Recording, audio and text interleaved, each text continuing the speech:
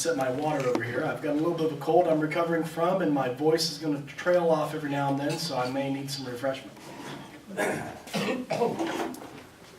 Well, first, thanks for having me out. I appreciate the opportunity to be able to speak to the public in groups like this. It's always good to get out in the public and be able to talk to people who are hopefully are interested in our office and what we've got to say. I'm glad to hear about the attendance, and it wasn't me. At least I hope. No. Well, I was asked to kind of talk about our office a little bit, and I made some notes here just to keep me on track, because as attorneys can often do, we get lengthy and loud and trail off on the things we really shouldn't be talking about. So hopefully I'll stay on target here. Let me first start out by saying I hate speeches. Coming from an attorney, that may sound strange, but I don't like speeches. I don't like people talking to me, and I don't like to listen to people talk necessarily. So I like to have a dialogue. So that is an open invitation that anytime while I'm speaking, that if you have a question, ask it. Just raise your hand or interrupt me, and I will look for anybody who looks like they want to ask a question, because I think that's the best way for us to understand each other and understand what my office does and how we help the community and work for you guys.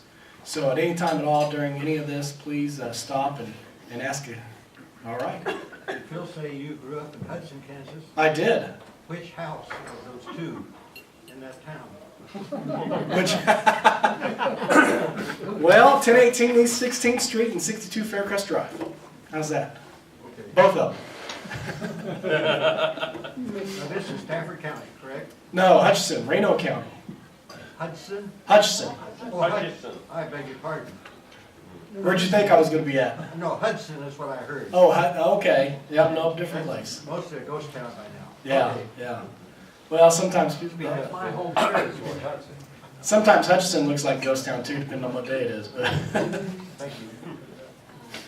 well, let me again just kind of first start out. Let me tell you a little bit about our office.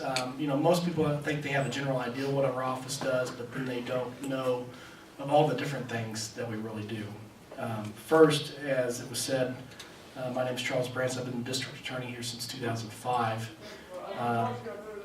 We have 14 attorneys in our office, including me. We have 15 support staff, and then we run interns in and out of the office from the local law school and Washburn Law School. We usually keep 5 or 6 of those on hand throughout the academic year. So we have a staff of 30 plus and a budget of $1.5 million. Now you ask, what do we get for that? Well, first let me tell you a little bit about the Office of the District Attorney and how it comes about and what it really stands for. The District Attorney's Office is actually a state elected position, which is a little bit unusual because most county attorneys are county elected officials.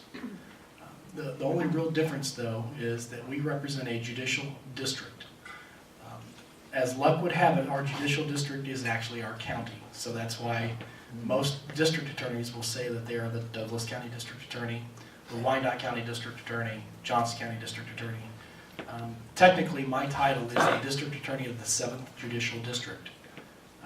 Most other counties are configured into judicial districts, and I apologize, I don't know off the top of my head how many judicial districts we have in the state without looking it up, but I know it's somewhere around 40. Because a lot of the smaller counties are then consolidated into judicial districts. That has a significance at the state level for assigning judges and those types of things to the judicial districts, but it really doesn't have an effect on us other than we're different than 99 other counties. There are 6 district attorneys in the state of Kansas. And it's really based upon size. Once a jurisdiction gets so large, they can apply, the legislature has to approve, and then district attorney's office comes into existence. Douglas County was ran by a county attorney's office until the late 80s, until the district attorney's position, or the county attorney became a district attorney's position. Judge Michael Malone now was the first district attorney of Douglas County. Before that, they were county attorneys. Biggest difference? There really isn't a whole lot of difference. District Early on, they were called the prosecuting attorney, weren't they? Well, I think somewhat, but I think officially under the statutes, they were listed as county attorney.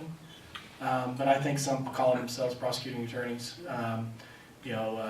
Not to be confused with city prosecutors, which are also out there that we share jurisdiction with. But most often they're referred to in the statutes anyway as county attorney. Then once they started naming district attorneys, then they started, county or district attorneys in statutes. Ironically, despite the fact that we're a state elected official, and we have to play by some of the state rules, it's incumbent on the county to provide for the office. As most things happen in the state, they put it back on the county. County attorneys and district attorneys are all paid for under the county budget. Our funds come through the county commission, allocated each year, so we can run our office.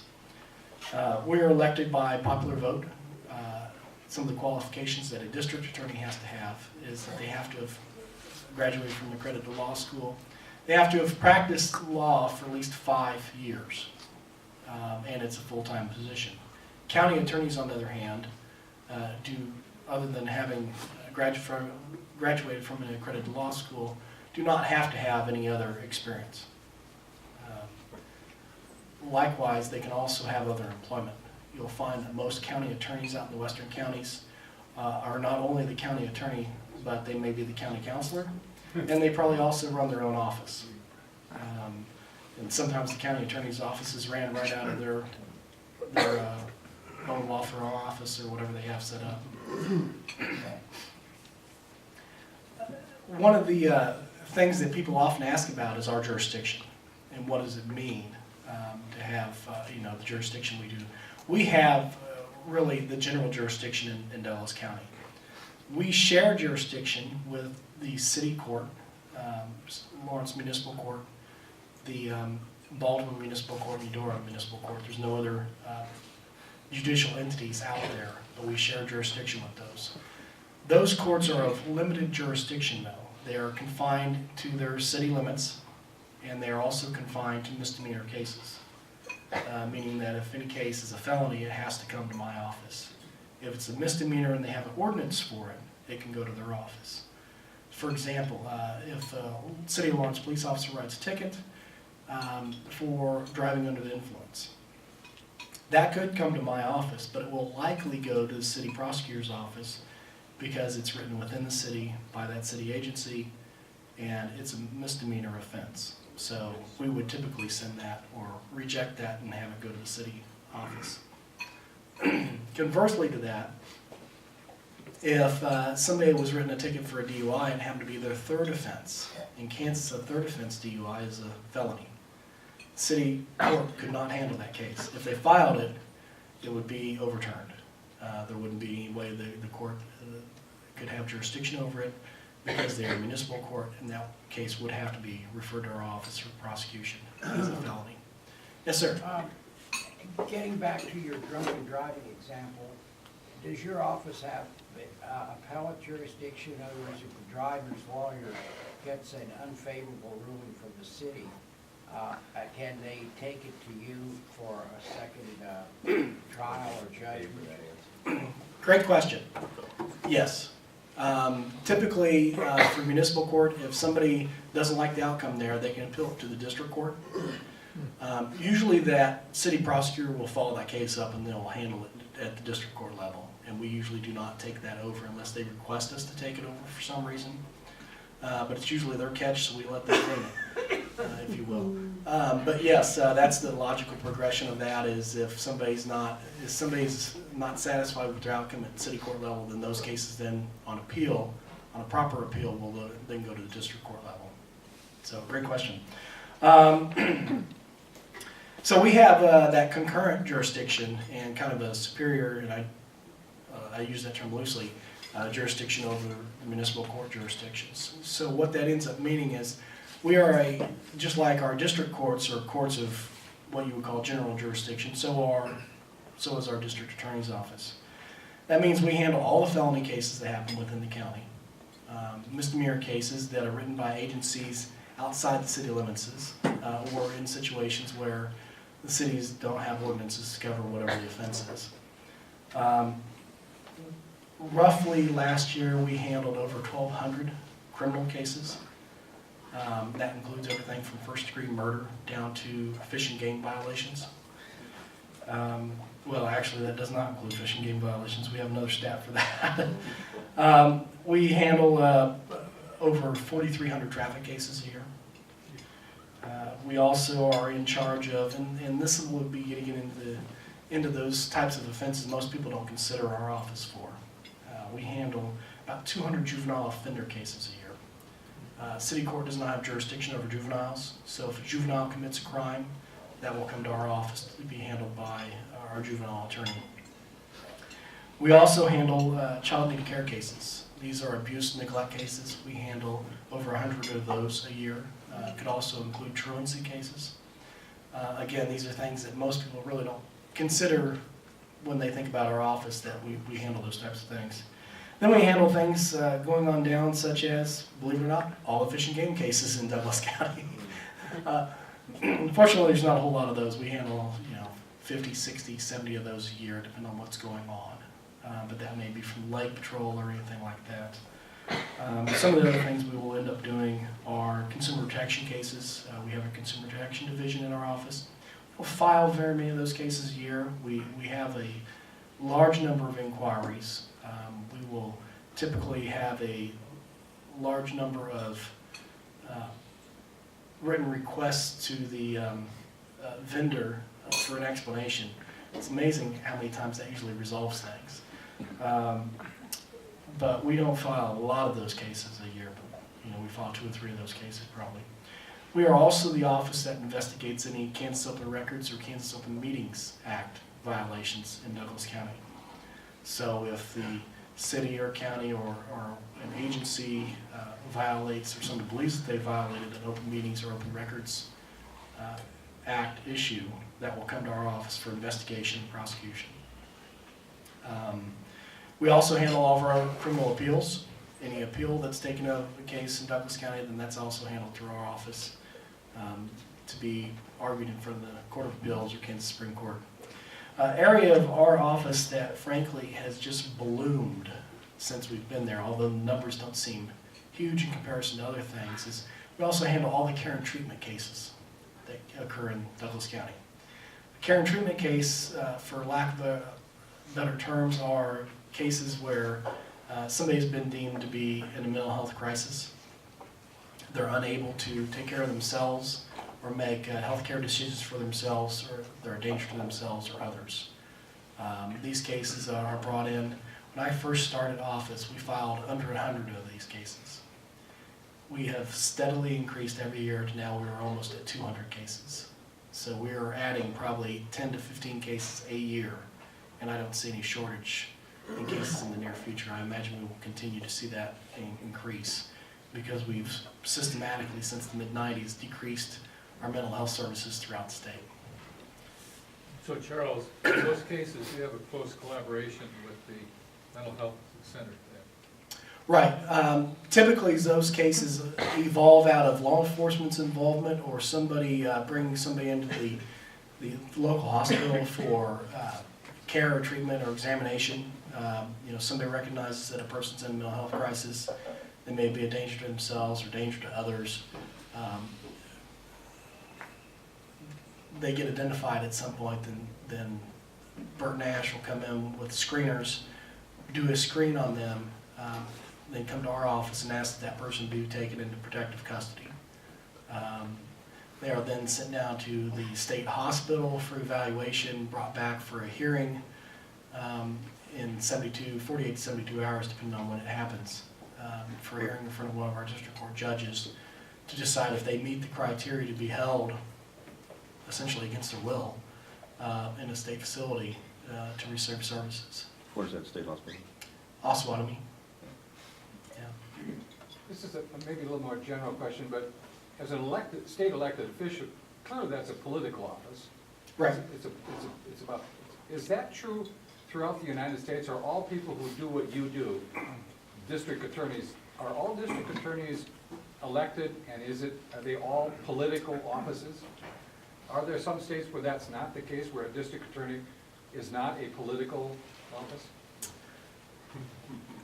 Generally, I am not aware of one.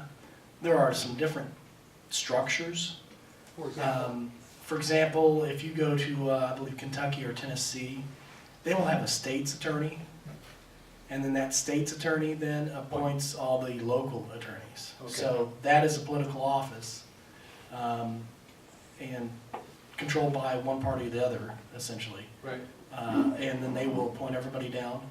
I am unaware of any district attorney's office or similar type of office that doesn't have the root of its power from some type of popular election.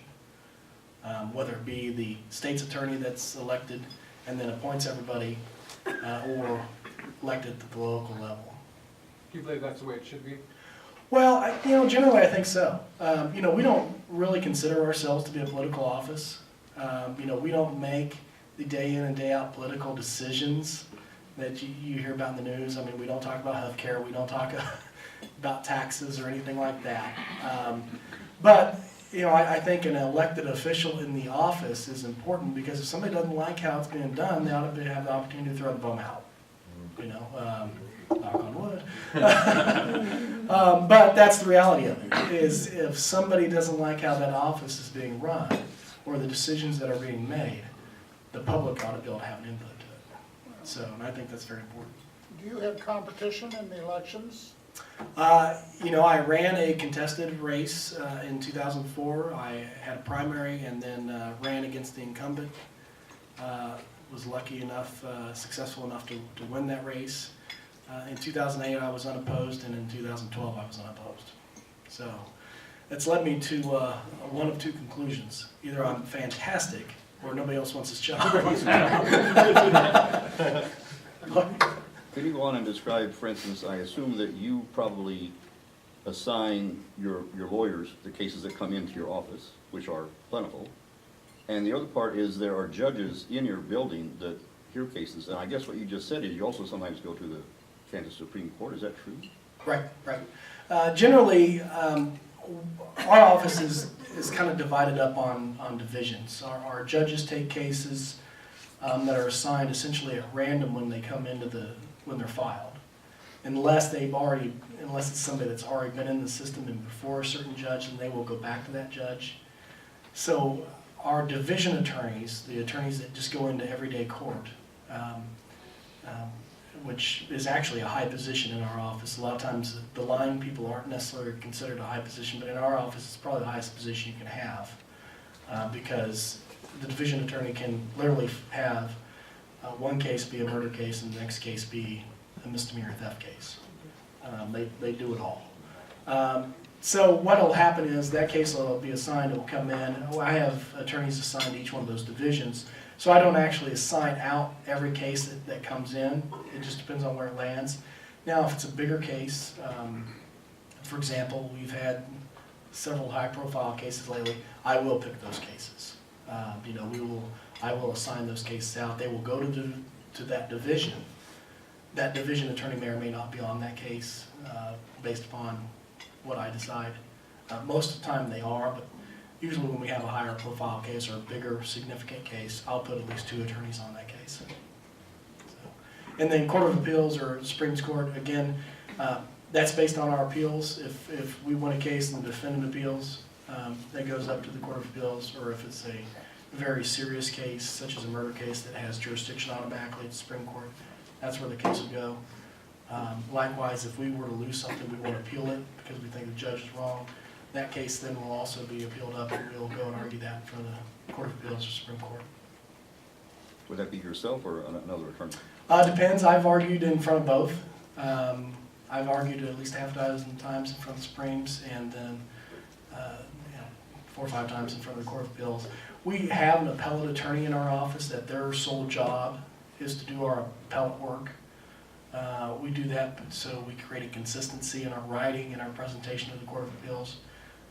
But a lot of times the attorneys, if they want to, or if it's a case they're really invested in, they will go and argue it themselves.